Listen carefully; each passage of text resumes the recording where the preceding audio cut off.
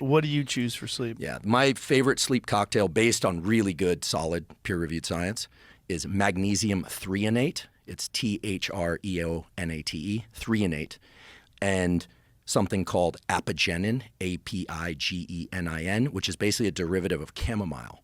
Those two things work really well they essentially shut down the forebrain thinking, anticipating part of your brain, allow you to drift off into sleep really well. Oh, I need that all day then if you could shut that down. Yeah. Well, and then theanine is also the third thing in the cocktail. Isn't theanine, that is also a nootropic?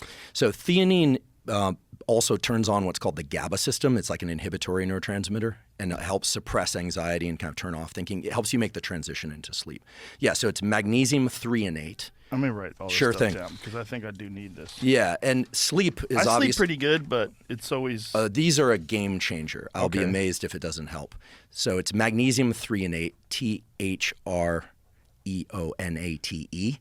And that's important because there are a lot of threonate.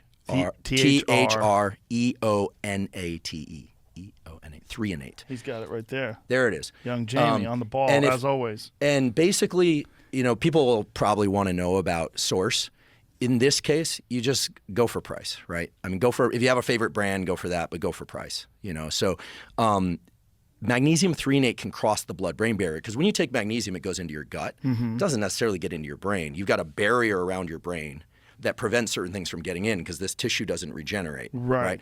So the threonate form gets brought across the blood-brain barrier by a transporter. Other forms like magnesium malate, magnesium citrate, those are good for other things. Magnesium malate's great for muscle soreness. Magnesium citrate's a great laxative.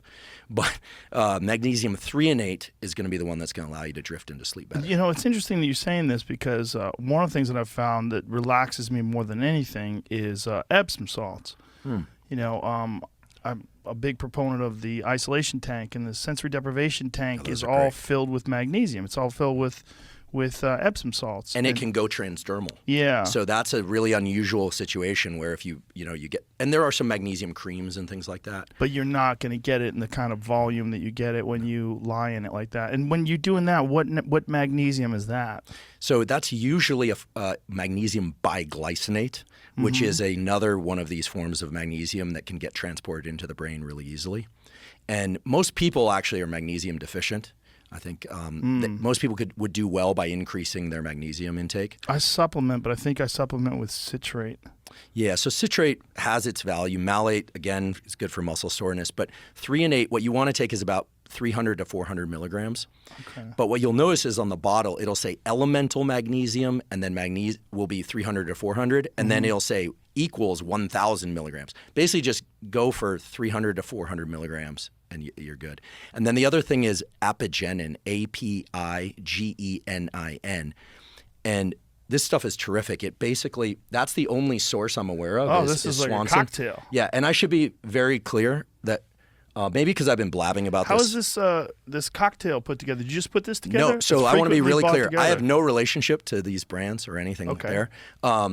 I've been blabbing about this on my podcast. Oh, that's why. And so someone is clearly making money out of the Amazon partnership thing or whatever. That's why they put it. But those are the three things. Well, I bet a bunch of people just started buying it together because this is just frequently bought together. Right. So those are the three that I recommend. And then L3, and so for apigenin, it's 50 milligrams. Women see the prostate health thing and they freak out. 50?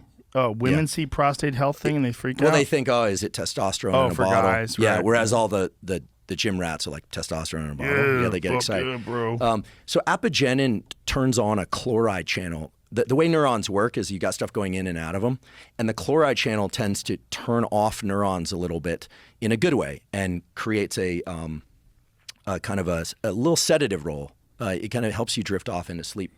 And it's the same stuff that's in chamomile tea. So this has no negative side effects for women? Not that I'm aware of. Uh-oh, I hate that term. Well, okay. So I know a number of people, including women, that use it and are fine, are still fertile, I don't know. I mean, I haven't tested their fertility personally. What is the idea of it, what the benefits for prostate health? So it does seem to have a small amount of estrogen antagonism. It can block estrogen receptors a little bit, but it's a very weak affinity. Maybe it can calm some ladies down. I said that. We could not Mr. Huberman. Thank you. Well, just a joke. Years ladies. ago, Stop screaming. Years ago, I worked on hormones and development. We could go there. Hormone effects on the brain. That was my master's thesis. But but theanine, THEAINE, also has a little bit of an anxiolytic and anti-anxiety effect. And there is something to think about with theanine. People now put theanine in energy drinks so that people will drink more energy drinks and not get the jitters. Interesting. And so it's showing up. I recommend taking these 30 to 60 minutes before sleep. And what do you recommend for a dose for theanine? For theanine, it's going to be 100 to 400 milligrams. However, if you're a sleepwalker or you have what are called night terrors, where you have really disturbing dreams, leave the theanine out because dreams on theanine are intense. Really? I like them, but it's intense. But I'm into dreaming. I think dreaming is a really interesting brain state. I think theanine is in that neuro gum, isn't it, young Jamie? I think it's in there. Yes. They're putting it in everything now. The one thing about magnesium threonate I should mention is that there are some data, not a ton, that it's also neuroprotective. So there's at least one study, peer-reviewed, independent, not a company paying for the study, but done by a laboratory with no bias, that shows that magnesium threonate can offset some forms of age-related cognitive decline. So that's also that's another reason to. So the cocktail of the three of them, the reason for putting the three of them together? There seems to be some sort of synergistic effect because some people, of course, will take something for a long period of time and then it'll stop working. You can take these. They're not habit forming. I mean, I've taken them consistently and then taken breaks and then go back on them. And they really, in most cases, I mean, I guess if someone had a heart condition, a serious heart condition, anytime you mess with magnesium, because you have neurons in your heart, magnesium is involved in neuron function.